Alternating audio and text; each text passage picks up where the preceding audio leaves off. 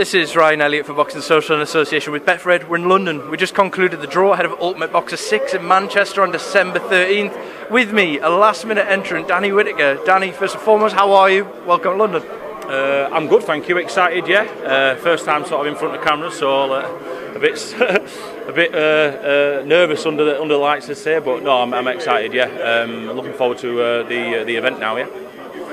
No need to be nervous, Danny. Let's talk about you coming in at the very last second. Sean Turner out, you in. Not much notice at all. Talk to me about how this opportunity came about, how quickly you jumped at it as well. Well, to be honest with you, I mean, when the actual, I heard at the beginning about the actual tournament and it was going to be a heavyweight one, I spoke to my manager about it and mentioned that I'd be interested in doing it because I like the format, I think it suits my style, and I think it's something that I'll be very good at. So the event, they did come back to me at the beginning saying that I actually was in the tournament, and then came back to me at a later stage and explained that unfortunately somebody else got in the position and they took me out. So they must have put me on some sort of reserve, and when this has happened with Sean, they've been back in touch with me at the beginning of this week. Don't get me wrong, they'll give me 2.5, 3 weeks notice, but I only boxed 3 weeks ago, so my fitness is there or thereabouts, so it gives me a couple of weeks to sharpen up and prepare, and I mean, how can you say no to an opportunity like this? And first year as a pro, been able to fight on BT Sports, it's a win-win for me, so I'm excited, yeah. We were just talking off camera, you've drawn Jonathan Pilata to Steve Bunce's mind, as we heard in the press conference there, and a lot of people's mind, the favourite going into this, but as you and I were saying off camera, you've got to fight them all eventually. Talk to me about this matchup in the quarterfinals. Yeah, I mean, again, as you mentioned, you've got to fight them all eventually, and with the opportunity for me, I came in with a mindset today that, I mean, no matter who I'm fighting, at the end of the day, I'm grateful for being here. So if it means fighting the best at the beginning, fight the best. I mean, at the end of the day, I'm here.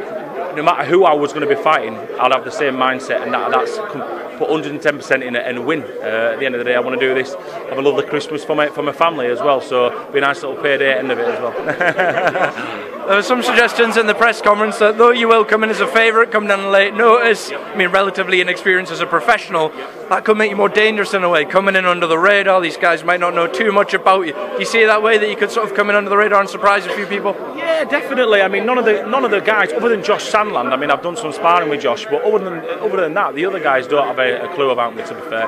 Obviously, I know Mark, but I followed him a bit on social media.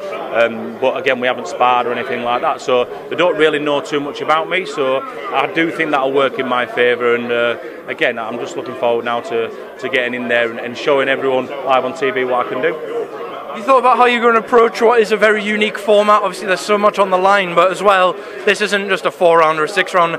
There's 3 rounds, knowing that if you win, to advance, you've got to go into another 3-rounder and then another one after that. So it's that whole debate of, do you go for broke, do you pace for yourself, what do you do? Have you thought about that? Yeah, well, to be honest with you, I mean, it's something I've done before. I mean, not at this level. I mean, obviously I had quite a lot of white-collar fights. I boxed in a white-collar prize fighter tournament, which I won, knocking out 2 of my opponents and winning the final on points.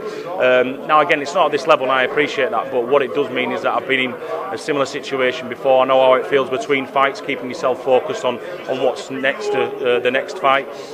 So I think that'll work in my advantage as well. So, yeah, I'm excited. What would a win in this tournament do not only for your career, but your life as well? Maybe massive. I mean, at the end of the day, I want to win and I want to look good. I mean, I know I'm a very good boxer for an heavyweight. I've got quick hands, fast feet. These guys aren't going to. They're going to underestimate me. I know that, but they're not going to. I mean, I'm one of them kind of people where when you look at me, you think, nah, surely he's not a boxer. But when you see me move and see me fight, a lot of people are quite shocked. So I want to shock not only the guys I'm fighting, but everyone who's going to be watching me on TV as well.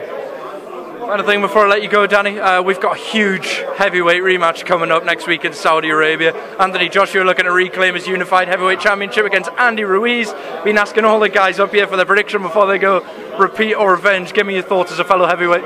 Okay, so do you know what? It's a very tough one. The reason why it's so tough is because, I mean, I want Anthony Joshua to win. But Ruiz, I mean, he's just one of them, isn't he? He's so fat, he's fast hands. As I mentioned before, in heavyweight boxing, Joshua really probably hasn't fought anyone who's got as fast hands as him, and he's unique really. And he's quite obviously he's shorter, he's stocky.